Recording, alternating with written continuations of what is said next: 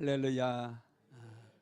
오늘 또 하루 종일 일터에서 피곤하게 일하시고 또 밤에 금요 성령 집회에 나오셨는데 하나님께서 오늘 이 밤에도 큰 은혜로 채워주실 줄로 믿습니다. 은혜는 사모하는 사람이 받습니다.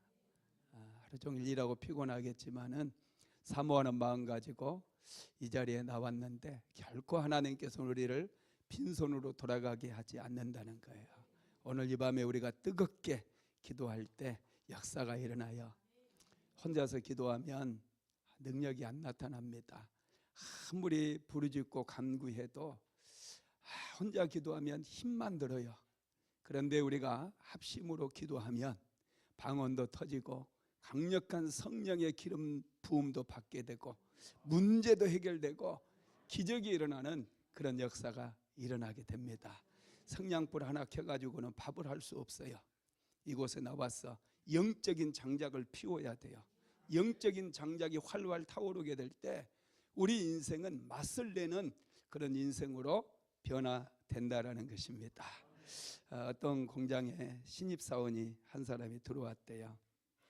사장님이 작업반장에게 일을 좀 가르쳐 주라고 그렇게 맡기고 갔어요. 작업반장이 이 사람을 딱 보더니 오라고 손짓을 하더니 이제 일을 가르치는 거예요. 그냥 말은 안 하고 이러더래요. 그래서 자기도 이분이 말을 못하는 분인가 그러면서 하면서 배웠다는 거예요.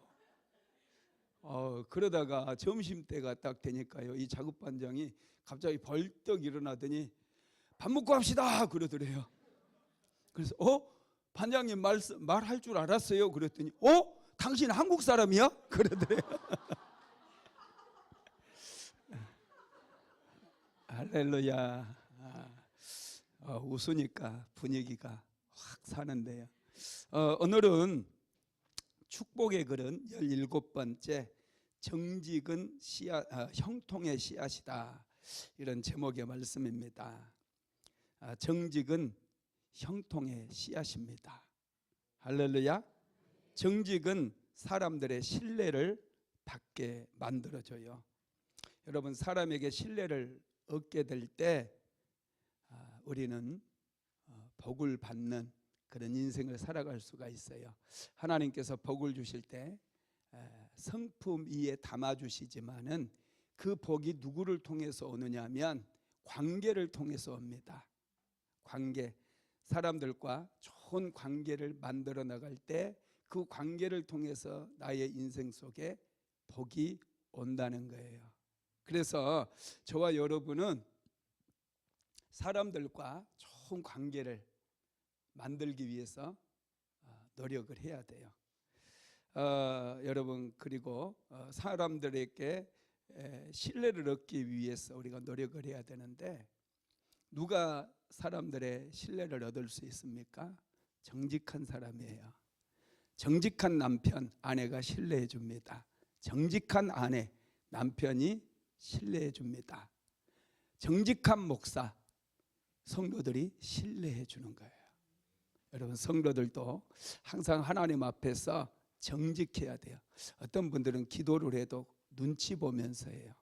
하나님 앞에서 기도하는 것이 아니라 사람 눈치 보고 나도 기도하는 사람이다, 이런 것들을 보여주기 위해서 폼 잡으려고 하는 그런 분들이 있어요.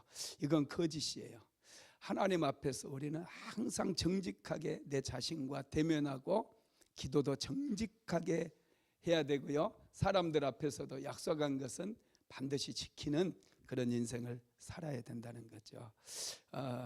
어느 날 한 회사 사장님이 직원들을 다 모아놓고 이렇게 얘기했습니다. 내가 이제 은퇴가 될 때가 됐으니 우리 직원들 중에서 사장을 뽑겠다, 그런 거예요. 그러면서 그 사장님이 씨앗을 하나씩을 나눠줍니다.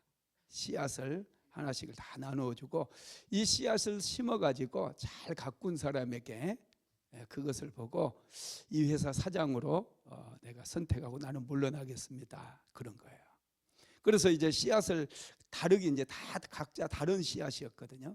씨앗을 받아가지고 집에 가서 화분에 물을 담아가지고 이제 흙을 담고 거름을 주고 씨앗을 심었어요. 빌이라고 하는 사람이 있었는데 부인과 함께 씨앗을 정성껏 심어가지고 매일 물도 주고 그러는데 이상하게 싹이 올라오지를 않는 거예요. 다른 사람들에게 물어봤더니 자기 집에는 뭐 백일홍 꽃이 올라왔다, 어떤 집에는 뭐 가지가 올라왔다, 어떤 집에는 호박이 올라왔다, 막 그렇게 얘기를 하는데 이 집에는 아무 게 안 올라오는 거예요. 그리고 드디어 이제 사장님이 그 화분을 가져오라고 하는 몇 개월이 지나서 그런 날이 되었어요. 아무리 물을 주었는데도 싹이 올라오지 않아 가지고 화분을 들고 가기가 너무 좀 미안하더래요. 그래서 안 가지고 간다는 걸 자기 부인이 막 그래도 이거라도 가지고 가라. 그래서 가지고 왔답니다. 와서 보니까 사람들은 막 꽃이 피고 어떤 분은 막 열매까지 맺혀져 있는 그런 화분을 전부 가지고 온 거예요. 사장님이 딱 둘러보더니 이 비를 불렀어요. 당신은 왜 싹이 없느냐, 왜 아무것도 나오지 않았느냐 물어보니까 사장님께서 주신 씨앗을 제가 잘 심고 물을 주었는데 이상하게 싹이 올라오지 않았습니다. 그런 거예요. 그랬더니 많은 사람들 앞에서 사장님이 그렇게 얘기합니다.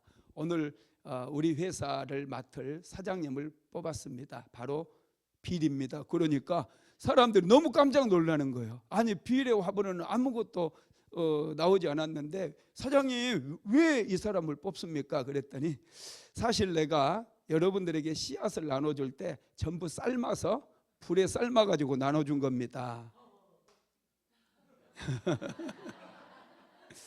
여러분 누가 정직한 거죠? 빌이 정직했잖아요. 삶아버린 씨앗인데 어떻게 싹이 나오겠어요? 부끄러운 거죠. 여러분 사람들도요 하나님만 정직한 사람에게 은혜 주시고 축복 주시는 게 아니라 사람들도 정직한 사람을 좋아해요. 그래서 우리가 인생 살아갈 때 우리는 두려움 때문에 혹시라도 내가 가난하게 될까, 혹시라도 내가 실패하게 될까, 그런 생각에 우리가 자꾸 핑계를 대고 또는 과장을 하고 거짓말도 하고 그러는데 여러분 정직하게 살고 정직하게 대면할 때 그게 오히려 내 인생을 형통하게 만들어요. 형통이라고 하는 것은 영어로 success를 얘기합니다. 성공하게 만든다는 거예요. 정직함은 우리로 하여금 성공하는 인생을 살아가게 한다는 사실을 믿게 되기를 바랍니다. 여러분 하나님께서도 정직한 사람을 굉장히 좋아하셔요. 어떤 사람을 사용하시느냐, 여러분 같으면 어떤 사람 사용하겠어요? 맨날 거짓말이나 실실하고 사람 눈이나 자꾸 속이고 장사를 해도 막 저울 속이고 이런 사람 여러분들 데려다가 쓰겠어요? 안 쓰죠. 수가 빠르고 약삭 빠르고 이런 사람이 처음에는 잘 된 것 같은데요, 여러분 인생 오래 사시는 분들은 다 알아요. 약삭 빠른 사람들은요 항상 가난해요. 막 권리금 장사하고 그래서 돈 많이 번다고 막 자랑하고 그러는데 얼마 안 가면 여러분 신기하게 그 사람들은 빈털터리가 되더라고요. 참 이게 참 얼마나 우리 삶에서도 증명이 되는지 몰라요. 그래서 저와 여러분은 좀 느린 것 같아도 항상 하나님 앞에 서고 사람들 앞에 서고 정직하게 살게 되기를 주님의 이름으로 축복합니다. 어느 건설회사에서 있었던 일인데요, 한 간부가 40년 동안 그 건설회사에서 열심히 일을 했대요. 사장님이 시키는 일이면 막 밤을 새워가면서 일을 한 거죠. 그래서 이분이 이제 이사까지 딱 올라갔는데, 높은 직책까지 올라갔는데 이제 은퇴할 때가 된 거예요. 은퇴가 1년 정도 남았을 때 사장님께서 불렀대요. 그래서 갔더니 사장님이 이분에게 좋은 집을 한 채 지어달라고 그러더래요. 당신이 최고의 재료를 써서 최고의 집을 한번 지어서 나에게 갖다 주라. 처음에 사장님 나도 은퇴해야 되는 나이고 짬밥이 지금 내가 몇 년인데 꼭 나에게 시켜야 되겠습니까? 이런 생각이 들어가지고 그렇게 얘기를 했대요. 그래도 사장님께서 꼭 좋은 집을 지어가지고 나에게 달라. 그래서 이분이 마음을 이제 싹 돌려 바꾸고요. 정말 내 인생의 마지막 작품으로 정말 멋진 집을 한번 지어보자. 최고의 이런 재료들을 사용해 가지고 1년 동안 정말 멋진 집을 딱 지었대요. 그랬더니 사장님께서 그걸 보고 굉장히 만족해 하시고 흡족해 하시면서 집 열쇠를 그분에게 딱 지어주면서 이건 우리 회사를 그동안 위해서 수고한 퇴직금 일세하고 딱 그 집을 줬다는 거예요. 멋있죠, 그죠? 여러분 그렇습니다. 우리 이분이 불평하고 원망하고 그래서 집을 대충 날림으로 지어놨다고 생각해 보세요. 끔찍하지 않습니까? 여러분 우리가 인생을 살 때 이렇게 정직과 성실함은 정말 우리 주변에 있는 모든 사람들을 기쁘게 하고 행복하게 할 뿐만 아니라 하나님을 정말 기쁘게 만든다라는 거예요. 그래서 저와 여러분은 이 정직함을 자꾸 이 정직함의 성품을 만들어 나가야 돼요. 우리는 사람은 원래 여러분 그 죄가 들어옴으로 인해서 사람은 하나님처럼 그렇게 정직하지 않아요. 적당하게 항상 우리 열심히 일하는 사람들 보면은 적당히 해. 적당히 하라니까. 뭐 그렇게 열심히 한다고 뭐 월급 더 주나 막 이렇게 얘기하잖아요. 적당히 한 게 선인 것처럼 그렇게 얘기하거든요. 그런데 그렇지 않아요. 일도 정직하게 하는 거 하나님께서 보시거든요. 제가 우리 시골 동네 중학교 때까지 시골에 살았는데 마을에 이제 공동 작업하는 일 제가 나갔다고 그랬잖아요. 이제 마을에 홍수가 나거나 그러면 이제 보수를 해야 되는 일들이 종종 생기거든요. 그러면 마을에 있는 그 집에서 한 사람씩을 이제 보내달라고 그래요. 마을 울력을 한다고 같이 그 작업을 한다고 이제 한 집에서 한 사람씩 오는 거예요. 우리 집에서는 그래도 이제 중학교 이상 사람이 나와야 되니까 우리 집에서는 제일 힘이 없는 사람이 저였어요. 제일 일 못하는 사람이 저였어요. 그러니까 항상 마을 일에는 내가 우리 집 대표로 뽑혀가지고 네가 가라 그래요. 너 밥 먹으면서 아버지가 찬호 네가 가 그러면 예. 그래서 이제 마을 일하러 이제 나가거든요. 마을에 가면은 아침에 일찍 또 일하기 위해서 그때 당시 우리 동네에 한 60가구 정도가 살았어요. 그러면 한 60명이 모이잖아요. 빠지는 집도 있고 그래도 최소한 한 40명 정도는 모여요. 40명이서 한 삽씩만 퍼내도 금방 일을 끝내고 집에 돌아갈 수가 있거든요. 사람이 모여서 한참 얘기하고 또 이거 시키면 이거 어떻게 할 것인가 한참 얘기하고 그러다가 점심 먹고 일은 하는 둥 마는 둥 조금 하다가 가고 그 다음 날 또 와서 하고 그게 공동 일이에요. 사람들이 하기 싫어해요. 제가 정말 답답하더라고요. 어린애가 이 일을 빨리 끝내버리면 빨리 끝내고 자기 집에 가서 또 일하면 되는데 이분들이 일을 할 생각을 안 하는 거예요. 그래서 제일 힘없는 우리 형제 우리 친구들이 오면은 그 친구들하고 야 우리가 빨리 해버리자 그리고 빨리 하고 놀자 그렇게 해서 했던 일들이 많이 있거든요. 근데 그분들이 이제 일하고 오면은 사람들이 하는 얘기가 있어요. 가족들도 그렇고 그런 일은 남들이 하는 것 보고 눈치껏 이렇게 하는 게 일 잘하고 오는 거다 그래요. 그렇게 가르쳐요.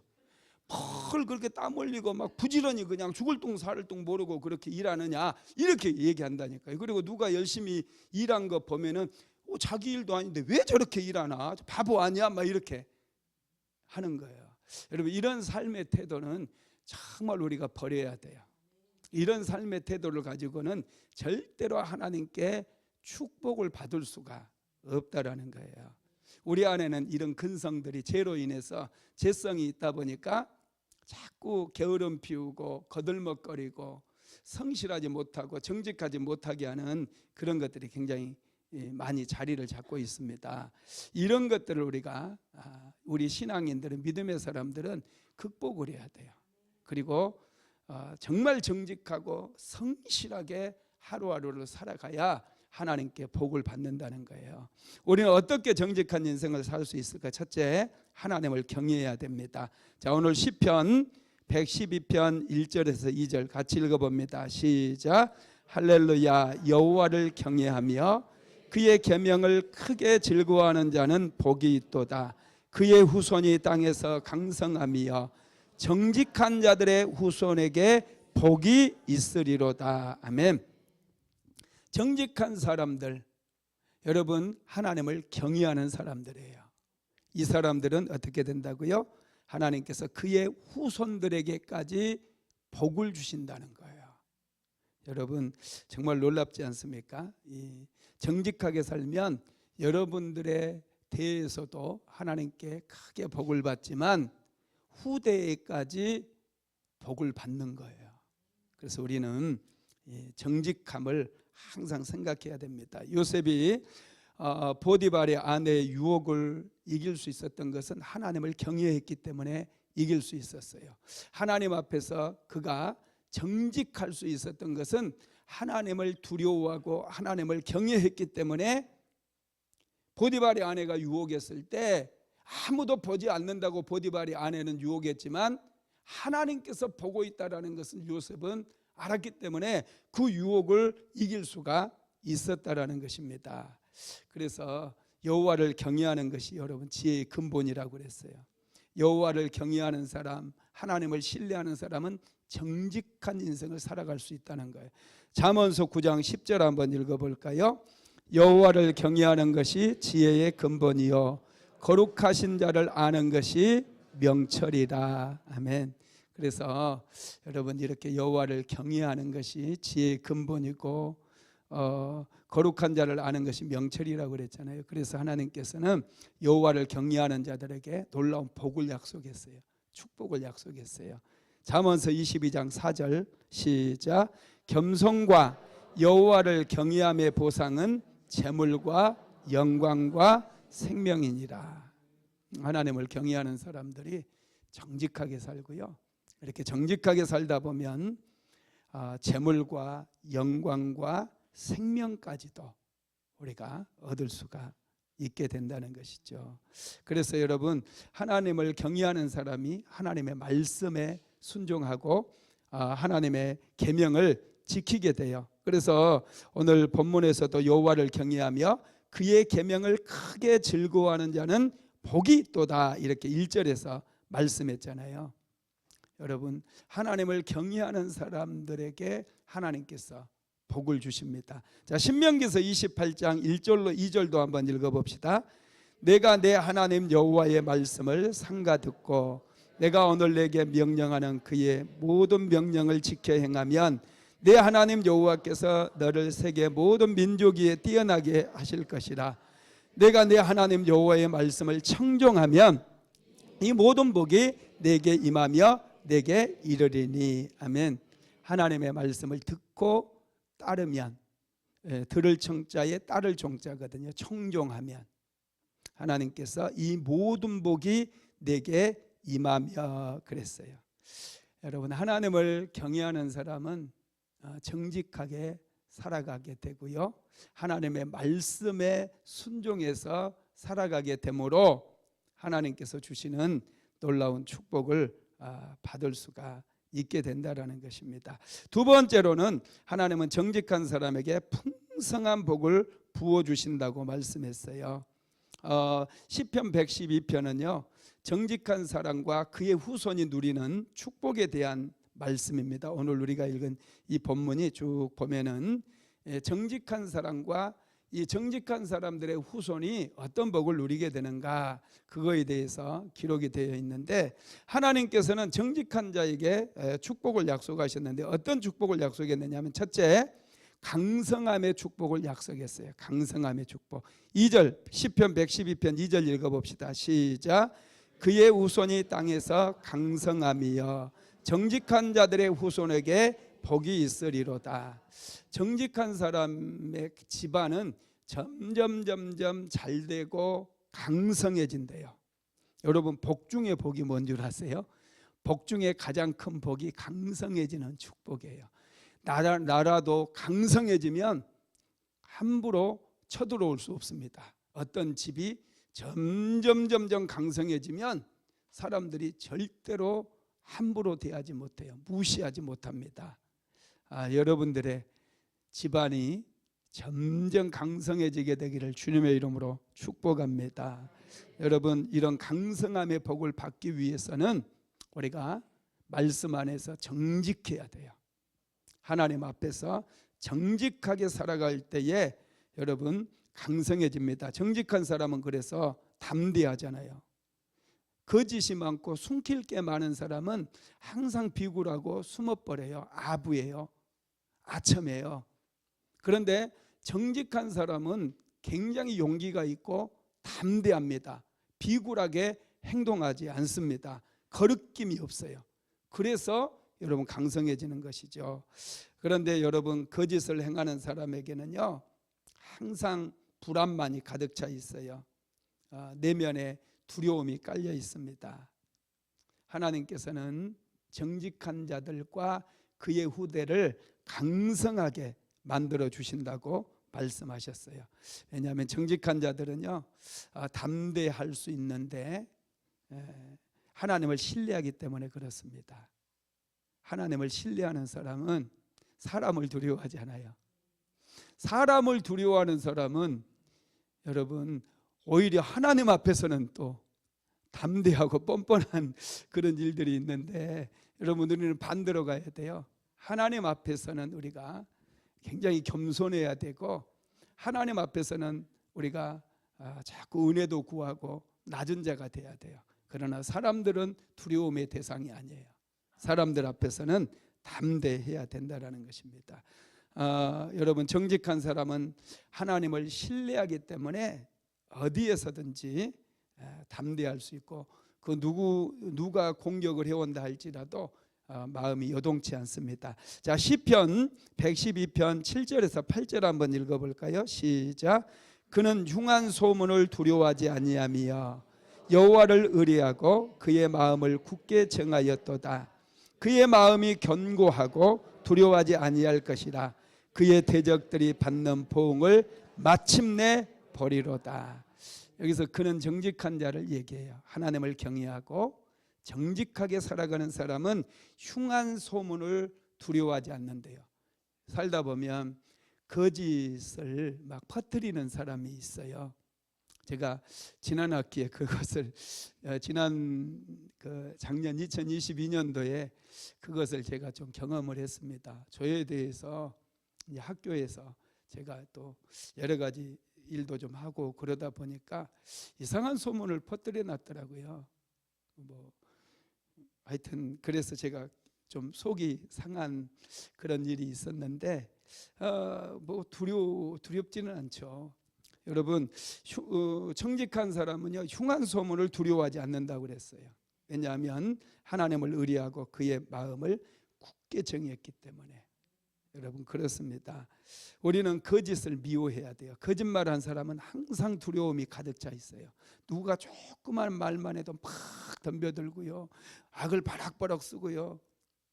여러분 이 정직한 사람은 그런데 웃어버려요. 누가 막 흉한 소문이 돌고 그래도 좀 웃어버립니다. 여유가 있어서 자기가 거짓을 행하지 않았기 때문에 웃는 것이죠. 여러분 하나님께서는 거짓말하는 사람을 아주 싫어합니다. 그 요한계시록 21장 8절에 보면은 지옥에 들어가는 7종류의 사람들이 나와 있어요.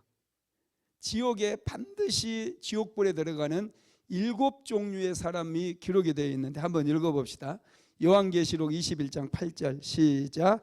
그러나 두려워하는 자들과 믿지 아니하는 자들과 흉악한 자들과 살인자들과 음행하는 자들과 점술가들과 우상숭배자들과 거짓말하는 자들은 불과 유황으로 타는 못에 던져지리니 이것이 둘째 사망이라. 여기 띄워줘 보세요. 두려움이 많은 사람, 믿지 않는 사람, 흉악한 사람, 살인한 사람, 음행한 사람, 점술가들, 우상숭배자들, 거짓말하는 자들. 8명인가요? 네. 하여튼 점술가와 우상숭배자는 뭐 같다고 하면은 7종류의 사람들. 이 사람들은 불과 유황으로 타는 못에 던져진다. 이게 지옥에 던져진다는 거예요. 거짓말 무섭죠? 하나님께서 이렇게 거짓말을 싫어하십니다. 그래서 거짓말을 하는 사람들은 복을 못 받습니다. 무엇보다도 이 땅에 살면서도 복을 받기가 무척 힘들어요. 그러니 오늘 결심을 하십시오. 혹시 거짓말한 게 있으면 오늘 밤에 회개함으로 다 털어버리십시오. 하나님 앞에 회개하면 하나님께서 우리를 또 다 용서해 주시고 새롭게 포맷을 딱 시켜줘가지고 우리를 새롭게 시작하게 만들어 주십니다. 두 번째로 정직한 사람은 부요와 재물의 복을 받는다고 그랬어요. 자, 2절에서 3절 같이 읽어봅니다. 시작. 그의 후손이 땅에서 강성하며 정직한 자들의 후손에게 복이 있으리로다. 부와 재물이 그의 집에 있으며 그의 공의가 영구히 서 있으리로다. 아멘. 부와 재물이 정직한 자들의 집에 있게 된다는 거예요. 넘치게 된다는. 그래서 제가 제목을 정직은 형통의 씨앗이다 이런 제목을 붙였거든요. 한 번, 두 번 정직하다고 바로 우리가 부유해지는 게 아니라 이 정직의 씨앗을 계속해서 우리가 인생을 살면서 심어야 돼요. 씨앗은 여러분 반드시 싹이 납니다. 죽어있는 씨앗은 싹이 나지 않지만 살아있는 씨앗은 심어 놓으면 반드시 싹이 나요. 싹이 나는데도 좀 시간이 걸립니다. 할렐루야. 겨울에 씨앗을 제가 좀 심어 놓은 거 있거든요. 비닐하우스 안에다가. 근데 거기에 따뜻하게 밤에는 또 영하로 막 떨어지잖아요. 따뜻하게 해주지 않았더니 씨앗이 안 나오더라고요. 낮에는 거기 들어가면 막 후끈후끈한데 겨울에 또 기온이 떨어지고 그러니까 싹이 올라오지를 않아요. 여러분, 싹이 이렇게 씨앗이 심어지면은 조건들이 맞아져야 돼요. 조건들이 수분도 적당해야 되고 기온이 따뜻해져야 되고 햇볕도 좀 비춰야 되고 이런 조건들이 맞아떨어지면 어느 순간 반드시 싹이 자라게 되고 싹이 자라서 자라는 시간이 필요하고 꽃이 피는 시간이 필요하고 또 열매가 맺혀지는 시간 그리고 이 열매가 무르익는 시간이 필요해요. 우리가 정직도 똑같습니다. 우리가 인생을 살면서 항상 우리가 정직하게 살고 정직하게 사업하고 정직하게 직장생활하고 그렇게 살아가다 보면 당장은 힘든 일이 찾아오기도 하지만은 여러분 시간이 지나면서 정직한 자들은 점점 강성해질 뿐만 아니라 그의 집에는 부와 재물이 넘치게 된다는 거예요. 이것은 하나님의 약속입니다. 하나님께서 우리에게 주시는 이 약속의 말씀이라는 거예요. 그러니 여러분 정직하게 살아가십시오. 남 속이지 마십시오.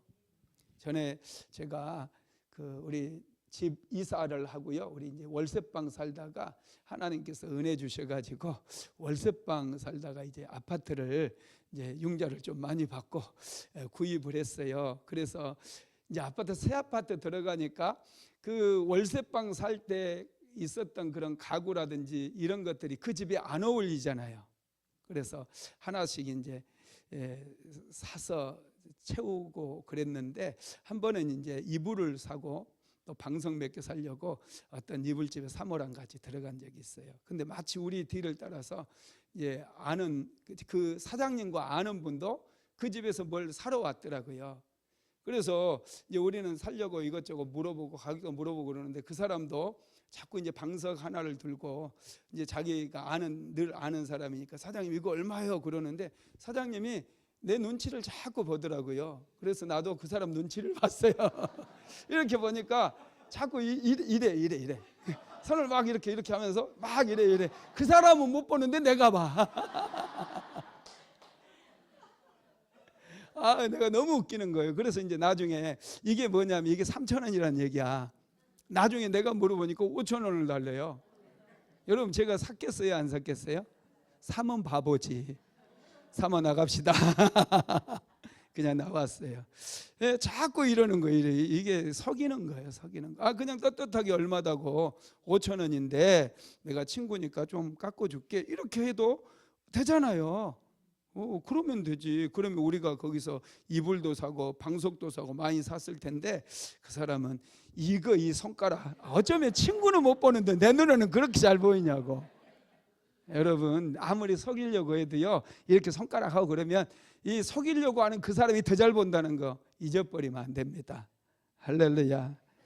여러분 그래서 우리가 정직해야 돼요. 장사를 할 때도 신용은 하루아침에 쌓이는 게 아니고 정직하게 하루하루 내가 살아갈 때 이 신용도 쌓이게 되고 우리는 다른 사람에게 신뢰를 받게 된다라는 것입니다.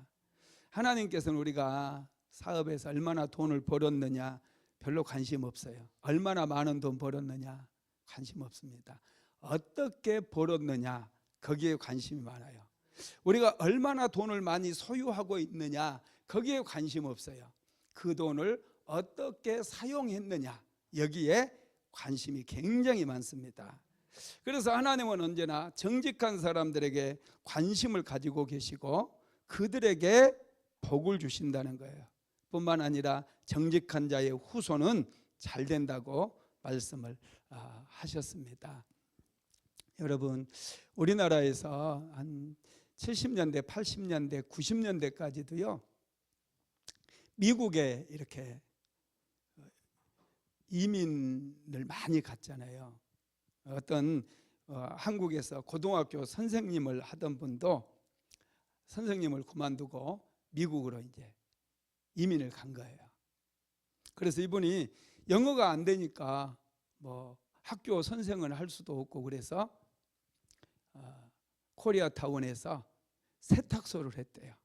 세탁소를 열심히 힘들어도 이제 양복 대림질하고 와이셔츠 대림질하고 이런 일을 한 거죠. 근데 어느 날 양복을 이렇게 드라이를 하고 이제 그 다림질하고 그래야 되니까 세탁을 하려고 주머니를 이렇게 뒤졌는데 주머니 안에서 $1,000가 나오더래요. $1,000면 꽤 큰 돈입니다. 거금이 나오더래요. 그래서 깜짝 놀래가지고 이거 어떡할까 막 그런 생각이 들어더래요. 그래도 이 돈은 내 돈이 아니지 그러면서 이제 주인에게 연락을 해가지고 그 돈을 돌려주었대요. 그러니까 이 옷 주인은 고맙습니다 이렇게 하고 받아가야 되잖아요. 그런데 아니 나는 옷을 세탁소에 맡겼고 그러니 당신에게 넘겼으니까 내 주머니에 든 것도 다 당신 거다 그러면서 돈을 안 받으려고 그러더래요. 이 사람도 진짜 대단한 분이죠. 안 받으려고 그러더래요. 그래서 그냥 억지로 그냥 줬대요. 한국 사람들은 또 막 줘버리잖아요. 억지로 잘한다 하면 그랬더니 이게 이제 그 사장님이 마치 또 언론과 관련된 그런 일을 하고 있었던 거예요. 옷을 맡긴 분이. 그래서 자기 이야기를 언론사 자기 친구 기자를 불러가지고 이야기를 했더니 뉴욕 타임즈에 이게 기사로 난 거예요. 이 세탁소가 세상에 $1,000를 이렇게 그냥 돌려주더라. 미국 사회에서는 그게 굉장히 감동적인 일이었나 봐요. 대부분의 그 세탁업을 하는 분들이 미국인들이 하는 게 아니라 이제 이민 온 사람들이 많이 하는데 그 사람들은 다 그걸 먹어버렸나 봐 그냥. 근데 이분이 이제 돌려주니까 이게 기사화되면서 굉장한 센세이션이 일어나가지고 와, 그 집 정말 정직한 집이다 소문이 나가지고요, 많은 사람들이 이제 찾아 들어가지고 세탁소 종업원이 20명으로 늘었대요. 정말 막 잘 돼가지고.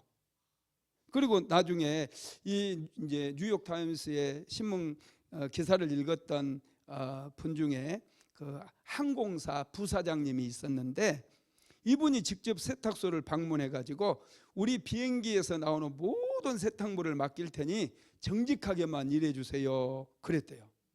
그래 가지고 여러분, 이 그 비행사 있잖아요, 대한항공 같은 그런 그 항공사에서 엄청나게 많은 세탁물이 나오거든요. 그 세탁물을 전부 이분이 이제 관리하게 돼 가지고 종업원이 700명까지 늘어났대요. 어마어마하죠. 기업이 돼버린 거예요. 정직하게 일하다 보니까 이렇게 신뢰를 얻어가지고 많은 사람들이 오히려 그 사람들을 도와주고 그 사람들이 형통할 수 있도록 밀어주는 그런 일이 일어나더라고요. 전에 우리 아들이 이제 학교 다닐 때 선생님에게 밀어주기 해가지고 자기들은 막 이상한 막 인상을 찍으면서 찍고 선생님 막 웃으면서 딱 찍는 거야. 학생들은 다 막 이상하게 막 안 이쁘게 이제 나오게 하려고, 선생님은 아주 멋지게 나오고, 이게 밀어주기 돼요. 이게 우리도 나한테 한번 밀어주기 할까요? 하여튼 이게 여러분, 그 정직한 자들은요, 사람들이 자기도 모르게 정직한 사람을 막 밀어주기를 해가지고 이분이 이렇게 잘 됐다라는 거예요. 그다음에 세 번째로, 정직한 사람은 인생 역전의 복을 받습니다. 정직한 사람이라고 해도 고난이 없는 것은 아니에요. 정직한 사람들에게도 고난이 찾아옵니다. 요셉도 정직했지만 요셉도 억울하게 누명을 쓰고 감옥에 또 들어갔잖아요. 그런데 정직한 자들의 결론은 항상 역전이 일어난다는 거예요. 자, 시편 112편 4절 말씀, 오늘 본문 4절 말씀 한번 같이 읽어봅시다. 시작. 정직한 자들에게는 흑암 중에 빛이 일어나나니 그는 자비롭고 긍휼이 많으며 의로운 이로다. 흑암이 뭡니까? 고난을 얘기해요. 정직한 자들에게도 흑암이 있다는 거예요. 고난이 있다라는 거예요. 어려움이 있다라는 거예요. 엄청난 고통스러운 그런 정말 힘든 일이 있다라는 거예요. 그런데 뭐가 일어난다고요? 빛이 일어난다는 거예요. 갑자기 그들이 형통해지기 시작한다. 역전이 일어난다라는 거예요. 할렐루야. 여러분, 그래서 저와 여러분들은 항상 이 정직함을 삶의 모토로 삼고 항상 여러분 정직하시기 바랍니다. 하나님 앞에서, 사람 앞에서 하나님을 경외하고 정직한 삶을 사람들에게 사는 사람들에게 은혜를 베풀어 주시는데, 시편 112편 5절에서 6절도 한번 읽어봅니다. 시작. 은혜를 베풀며 꾸어주는 자는 잘되나니 그 일을 정의로 행하리로다. 그는 영원히 흔들리지 아니하며 의인은 영원히 기억되리로다. 아멘. 은혜를 베풀며 꾸어주는 사람들은, 이 사람들은 다 정직한 사람들을 다 지칭을 하고 있어요. 이 사람들은 일을 정의로 행한다, 정직하게 행한다는 거예요. 그는 영원히 흔들리지 아니하며 의인은 영원히 기억되리로다. 이렇게 말씀을 하고 있어요. 그래서 우리는 인생을 한 치 앞도 못 본다 이렇게 생각하지 말고요, 좀 멀리 봐야 돼요. 장기적으로 봐야 돼. 특히 우리 그 젊은 학생들은 인생의 계획을 세울 때 당장 이 앞에만, 한 치 앞만 보고 하면은 목사님 나이가 됐을 때 아주 좀 인생이 잘 안 풀려 있어요. 그러나 좀 멀리 보고 지금부터 계획을 잘 세워가지고 하나님 앞에 정직하게 기도하면서 인생을 갖고 가게 되면, 목사님 나이가 되면은 이제 사장님도 되어 있고 또 그 직장 다니는 분은 높은 자리에 올라가서 많은 사람들을 거느리는 그런 인생을 살아가게 된다는 거예요. 그래서 여러분, 우리가 나이가 지금 많다 할지라도 항상 우리는 정직의 씨앗을 심어야 돼요. 정직하게 살아야 돼요. 왜냐하면 하나님께서 우리 인생을 세워주기 때문에. 시편 7편 10절도 한번 읽어봅시다. 시작. 나의 방패는 마음이 정직한 자를 구원하는 하나님께 있도다. 예, 마음이 정직한 자를 하나님께서 구원해 주신다는 거예요. 세상 사람들은 거짓을 좋아해요. 그래서 정직한 사람을 별로 안 좋아합니다. 왜냐하면 자신의 거짓이 다 드러나 버릴까 봐서 정직한 사람을 별로 좋아하잖아요. 그래서 오히려 정직한 사람을 공격하고 그런 일이 있는데, 여러분, 그래서 오늘 본문 시편 112편 8절에는 대적이 나오고 10절에는 악인들이 나와요. 하나님께서는 그런데 뭐가 되어주신다고요? 방패가 되어주신대요. 이 대적들의 방패, 악인들로부터 우리를 보호해 주신다, 이렇게 말씀하고 있습니다. 그래서 여러분, 우리는 정직해야 돼요. 정직하기 위해서는 여러분 부지런해야 돼요. 게으른 사람은 자신이 마땅히 해야 될 일들을 하지 않다 보니까 항상 둘러대거나 항상 핑계를 대게 돼 있어요. 부지런한 사람은 미리서 다 해놔버리거든요. 내가 전에 이제 우리 교회에서도 성경 공부 시키면 숙제도 내주고 또 이제 전에 독서 토론도 하고 그럼 책을 읽고 오라고 이렇게 그러면은 이제 물론 바빠서 그러겠죠. 못 읽고 오는 분들이 있어요. 그러면 가만히 보면은 이제 다른 사람이 한 건 내용, 이 내용, 저 내용 짜집게 해가지고 자기가 마치 읽는 것처럼 그렇게 하시는 분들이 있어요. 그러면 박 목사가 모를까요? 또 눈치는 엄청 빨라가지고 금방 알아요. 그래도 그냥 넘어가 주는 것은 여기가 교회이기 때문이죠. 교회가 아니고 학교라고 했더라면 저에게 엄청 혼났을 겁니다. 여러분, 부지런해야 되거든요. 열심히 이렇게 자기에게 주어진 일들 또 숙제 같은 거 있으면 미리서 싹 해버려야 돼요. 그래야지 이 거짓말 한다거나 핑계를 대거나 이렇게 하지 않게 돼요. 빨리빨리 미리서 해버리기 때문에 마귀는 자꾸 우리에게요 미루게 만들어요. 게으르게 만들어요. 그래야지 거짓말 할 수 있거든요. 거짓에 넘어뜨리기 위해서 마귀는 자꾸 우리로 하여금 좀 더 편하고 좀 더 눕자, 좀 더 자자, 이 편한 거 좋아하게 만듭니다. 그런데 여러분, 항상 우리 그리스도인들은 부지런해야 된다는 것을 잊어버리면 안 돼요. 네 번째로 정직한 사람에게는 기쁨이 있다고 그랬습니다. 자, 시편 32편 11절 한번 읽어볼까요? 시작. 너희 의인들아 여호와를 기뻐하며 즐거워할지어다. 마음이 정직한 너희들아 다 즐거이 외칠지어다. 아멘. 저는 참 많은 사람들을 관찰해 봤어요. 정말 많은 사람들을 자세히 그들의 인생도 살펴봤고 또 책을 통해서 많은 분들의 이야기들을 살펴봤어요. 그런데 세상에서 가장 행복한 사람들은 정직한 사람들이더라고요. 할렐루야. 거룩함을 추구하는 사람들이 가장 행복한 사람들이에요. 그러니 정직하게 되면 여러분 인생이 행복해지고요. 사는 게 재미가 있어요. 굉장히 즐겁다라는 것입니다. 자, 다섯 번째로 정직한 사람들은 하나님과 사람에게 귀하게 쓰임을 받게 되는데 하나님께서 사용하시는 그릇은 깨끗한 그릇이라고 그랬어요. 디모데후서 2장 20절에서 21절 시작.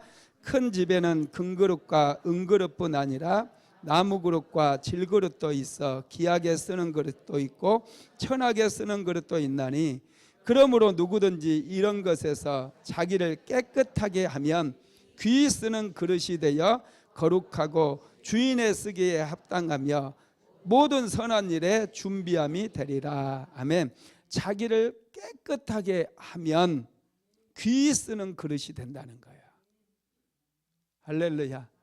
우리를 정직하게 만들고 거룩하게 우리 자신을 만들어가게 되면 하나님께서 우리를 정말로 귀하게 쓰신다는 거예요. 이게 여러분 비밀입니다. 하나님만 정직한 사람을 좋아하는 게 아니라 사람도 정직한 사람을 좋아해요. 정직이 자산이에요. 정직한 사람은 믿을 수 있어요. 할렐루야. 정직한 사람은 믿을 수 있고 신뢰할 만해요. 전에 식당을 고깃집 하는 식당이었는데 식당에 보니까 돈이 자꾸 없어지는 거. 손님은 많은데 매출이 작은 거예요. 그래서 사장님이 한번 얼마 고기가 팔리는가 다 써보고 계산을 해보니까 돈이 안 맞는 거예요. 그래서 안 되겠다 싶어가지고 종업원들 모르게 천정에다가 CC 카메라를 탁 설치를 해놨어요. 그리고 CC 카메라를 탁 돌려보니까 종업원들이 금고에 돈을 넣은 척하면서 여기에다가 여기 있죠 소매 여기에 이제 주머니를 하나 달아가지고 싹 거기다 넣는 거예요. 세상에 요즘은 CC 카메라가 있어가지고 도둑들을 잡기가 참 좋습니다. 세상이 참 얼마나 좋아졌는지. 요즘 여러분 소매치기가 많이 없어진 거 아시죠? 옛날에는 이 막 버스 기다리고 그러면은 소매치기들 많이들 경험했을 거예요. 가방 한두 개쯤 여자들은 찢어지고 그러잖아요. 탁 지갑 꺼내가 버리고. 요즘은 CC 카메라가 있어가지고 요즘은 이제 그런 게 많이 없어졌어요. 근데 그 CC 카메라 설치한지도 모르고, 근데 5만 원짜리 들어오면 이리 가고요, 1만 원짜리 들어가면 사장님 금고에 들어가는 거예요. 와, 이렇게 많이 좀 도둑질을 해도 적당히 해야지. 근데 나중에 이제 잡혀놓고 보니까 종업원 4명이서 작당을 했더라고요. 그래서 그 식당에서 빼어간 돈이 어마어마하더라고요. 적당히 해야지. 할렐루야. 여러분 나중에 이제 걸리니까 이분들은 다 손해배상 다 해줘야 되는 거죠. 우리 역시도 여러분 항상 그런 사람이 막 그렇게 남 모르게 사장님 모르게 빼먹은 돈이 막 맛있고 그걸로 막 두근두근 하면서 빼내니 너무 좋고 이게 막 꽁돈이 생긴 것 같고 그래서 막 부자가 금방 될 것 같고 그렇잖아요. 근데 신기하게요, 그걸로 하면 무엇도 안 돼요. 신기해요. 그걸로 밥에 먹으면 병 생겨요. 진짜 그래요. 몸에 질병 생기고 자녀들 학교에 보내면 학교에서 문제아가 되어버리고. 인생의 비밀입니다 이게. 그런 것들 우리가 항상 생각을 해야 돼요. 그래서 정직하시기 바랍니다. 그러면 어떻게 정직한 사람이 될 수 있느냐? 첫째, 자기의 연약함을 인정해야 돼요. 자, 예레미야서 17장 9절 한번 읽어봅시다. 시작. 만물보다 거짓되고 심히 부패한 것은 마음이라 누가 능히 이를 알리오마는. 아멘. 우리가 마음이 그렇게 부패해 있다라는 걸 알아야 돼. 그래서 싸워야 돼요. 나는 정직하지 못하다, 이런 마음을 항상 가지고 있으면서 내가 정직해지기 위해서 나의 부정한 마음, 이 부패한 마음과 싸워야 된다는 거예요. 그래야 정직할 수 있어요.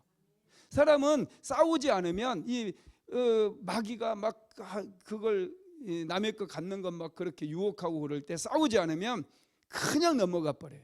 싸우지 않으면 그냥 거짓말해 버려요. 그래놓고 또 후회하게 되죠. 여러분, 우리는 연약하다는 사실을 항상 인정해야 됩니다. 우리 안에는요 욕심이 많아요. 아가는 탐욕에 눈이 멀어가지고 어떻게 됩니까? 하나님 말씀에 또 불순종하게 되고, 그 여리고성을 점령할 때 금 한 덩어리, 은 20세겔, 신할산의 외투 한 벌, 이거 숨겨버리잖아요. 그리고 안 숨긴 척 하잖아요. 거짓말한 거거든요. 근데 여러분 결국 드러나게 되니까 자기뿐만 아니라 온 가족이 다 멸문지화를 당하게 되었어요. 게하시 역시 마찬가지잖아요. 엘리사의 종이었던 게하시, 나만 장군이 문둥병에서 고침받고 엘리사 선지자를 찾아와 가지고 아람 나라에서 가져왔던 모든 그런 금은 보화를 선물로 주고 가려고 그래요. 그랬더니 엘리사 선지자가 한 개도 받지를 않는 거예요. 아니다 안 받아요. 하나도 받지를 않는 거예요, 예물을. 그걸 게하시가 딱 보니까 왜 우리 선생님은 저 좋은 걸 안 받지? 그는 눈이 팍 도는 거예요. 그냥 탐욕이 딱 들어왔어요. 그래가지고 이제 그 나만 장군이 멀리까지 가니까 막 뒤쫓아 가잖아요. 선생님한테는 어디 간다고 얘기도 안 하고 막 뛰어가가지고 나만 장군이 가고 있는 그 행차를 멈추시오 해가지고 그냥 또 그 선지생도가 한 사람 왔으니 그 사람에게 줄 선물 달라. 거짓말을 한 거예요. 거짓말로 해가지고 숨겨놓고 스승님 앞에 너 어디 갔다 왔냐니까 아무데도 안 갔는데요. 그러는 거예요. 거짓말. 한 번 거짓말하면 또 다른 거짓말을 하게 되고 계속해서 거짓말을 하게 되거든요. 엘리사가 게하시에게 그러냐면 나만 장군의 문둥병이 내 몸에 다시 들어가게 될 것이다. 나만 장군의 문둥병을 게하시가 가지고 간 거예요. 참 거짓말하니까 그때 이제 게하시 역시도 그러면 나도 요단강에 가서 7번 목욕해야지. 목욕하면 여러분 치료될까요? 봉건이 있어가지고 7번 목욕했을 거야. 근데 여러분 치료가 안 되는 거죠. 이게 참 미칠 일입니다. 이게 이 일을 저질러 버리면 안 되는 거예요. 정직하지 못하고 그러다 보니 나만 장군의 문둥병이 이렇게 다 두려움 이런 것들이요 자꾸 우리로 거짓말을 하게 만들어요. 하나님 앞에 서고 사람 앞에 서고 자꾸 싸워서 내 자신이 연약하다는 것을 항상 인식하셔서 여러분 싸우십시오. 그리고 하나님 앞에서 정직하시기를 바랍니다. 두 번째로는 예수로 충만해야 돼요. 예수님의 진리거든요. 진리의 영이신 예수님으로 충만하게 되면 예수로 충만한 사람은 절대로 거짓말하지 않아요. 비굴하게 행동하지 않아요. 두려워할 필요도 없어요. 예수로 우리가 충만해야 됩니다. 그럴 때 우리는 당당하게 정직하게 살아갈 수 있어요. 그리고 정직한 영을 우리에게 부어달라고 하나님께 기도해야 돼. 자, 시편 51편 10절로 11절 같이 읽어봅니다. 시작. 하나님이여 내 속에 정한 마음을 창조하시고 내 안에 정직한 영을 새롭게 하소서. 나를 주의 앞에서 쫓아내지 마시며 주의 성령을 내게서 거두지 마옵소서. 정직한 영을 새롭게 해달라고, 충만하게 채워달라고, 예수로 충만하게 해달라고 우리가 기도해야 되고, 세 번째로는 하나님의 말씀으로 충만해야 됩니다. 거짓을 이기기 위해서 이 하나님의 말씀이 필요해요. 예수님께서도 마귀가 유혹했을 때 기록되었으되 하면서 하나님의 말씀으로 이 마귀의 시험을 이기셨어요. 자, 시편 119편 9절하고 11절 한번 읽어봅시다. 시작. 청년이 무엇으로 그의 행실을 깨끗하게 하리이까? 주의 말씀만 지킬 따름이니이다. 내가 주께 범죄하지 아니하려 하여 주의 말씀을 내 마음에 두었나이다. 내가 주께 범죄하지 아니하려 하여 주의 말씀을 내 마음에 두었다는 거. 하나님의 말씀으로 충만하면 여러분 정직할 수 있어요. 거짓을 이길 수 있다라는 거예요. 다섯 번째로는 거짓말 하고 싶을 때 안 되라고 외칠 수 있어야 돼. 이 용기가 필요해요. 유혹이 찾아올 때 안 돼. 막 거짓말 하고 싶을 때 안 돼. 나는 하나님의 사람이야. 이게 딱 소리를 딱 치면은 신기하게 거짓이 떨어집니다. 다섯 번째로 성령의 도우심을 받아야 됩니다. 성령 충만을 받아야 되는데, 자, 사도행전 3장 19절 한번 읽어봅니다. 시작. 그러므로 너희가 회개하고 돌이켜 너희 죄 없이 함을 받으라. 이같이 하면 새롭게 되는 날이 주의 앞으로부터 이를 것이요. 회개하고 성령을 충만하게 받게 되면은 우리가 정직할 수 있게 됩니다. 말씀을 마무리하겠습니다. 하나님께서는 정직한 사람에게 복을 주십니다. 그래서 정직은 형통의 씨앗이 되어집니다. 십자가 앞에 우리는 늘 나아가면서 항상 하나님 앞에 정직하게 해달라고 기도해야 돼요. 우리는 마귀의 자녀가 아닙니다. 마귀의 자녀는 계속해서 거짓말만 하고 위선적이고 외식하는 그런 인생을 살 수밖에 없어요. 우리는 하나님의 자녀고 약속의 자녀고 예수 그리스도를 믿는 하나님의 사람들이에요. 우리는 비굴하게 살 필요가 없어요. 자신감을 가지고 정직하게 우리는 살아야 돼요. 그럴 때 여러분 하나님께서 복을 주셔서 세상 사람들이 앞서가는 것 같고 세상 사람들이 수당 방법 안 가리고 막 장사하고 사업하고 그러니까 잘 되는 것 같고 그렇잖아요. 여러분 그런데 우리 그리스도인들은 정직하게 하니까 처음에는 안 된 것 같지만 정직하게 하나하나 기초를 쌓아나가고 벽돌을 쌓아나가다 보면 우리 나름대로의 노하우도 생겨지고 하나님의 도우심의 손길이 나타나가지고 우리 안에 더 좋은 전략이 만들어지고 여러분 어려울 때일수록 더 좋은 전략들이 막 더 만들어지는 거예요. 그래서 개발되어지고 그래서 우리는 더 잘 되는 그런 역사들이 일어나게 된다는 거예요. 안 되기 때문에 우리가 하나님께 기도하고 하나님께 질문하고 하나님 앞에서 우리가 계획을 세우고 하나님께 복을 달라고 우리가 기도하잖아요. 그래서 더 잘 되는 그런 역사가 일어나게 된다는 것입니다.